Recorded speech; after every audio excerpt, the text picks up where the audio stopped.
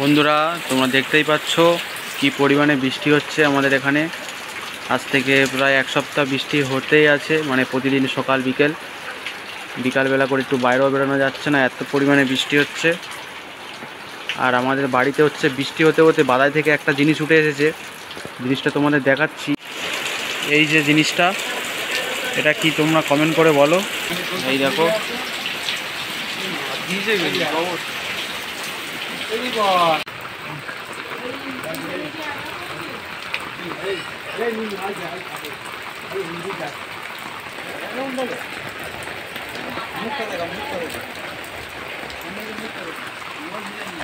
তো বন্ধুরা কচ্ছপটা আমরা হচ্ছে ছেড়ে দিতে যাচ্ছি, কারণ ওর জায়গায় ওকে পাঠিয়ে দিতে হয় তো শুভ, তাই না? কোথায় ছাড়লে ভালো হবে? বাধা ছেড়ে দেবো শুভ, চ। তো আমরা এখন ছেড়ে দেবো কচ্ছপটা, কারণ ওকে ধরে রাখলেও মরে যাবে। এই ও ব্যাং চ। এসব কোথায় ছাড়লে ভালো হয় দেখ, আর একটু সামনের দিকে হচ্ছে, এখানে নাহলে লোক ধরে নেবে। সেই সামনের দিকে চ, সেই সামনের দিকে। তো ছেড়ে দিই, নাহলে হুট করে তো বাধা থেকে উঠে এলো, মানে বৃষ্টি হচ্ছে প্রচণ্ড, সেই জন্য উঠে এসেছে। আর ছোট বাচ্চা দেখা একবার, ছোট একদম বাচ্চা, তোমরা দেখতেই পাচ্ছ। ওকে না ছেড়ে দিলেও অন্য জায়গায় চলে যাবে। ওই ঘাসের দিকে, ওই কোলের দিকে ছাড়বি, চ। এই সাইডে চ।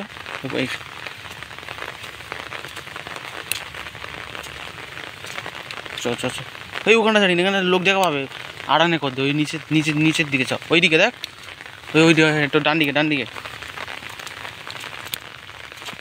ওইখানটা না, আর একটু সামনে চ। এই জলে ছেড়ে দে।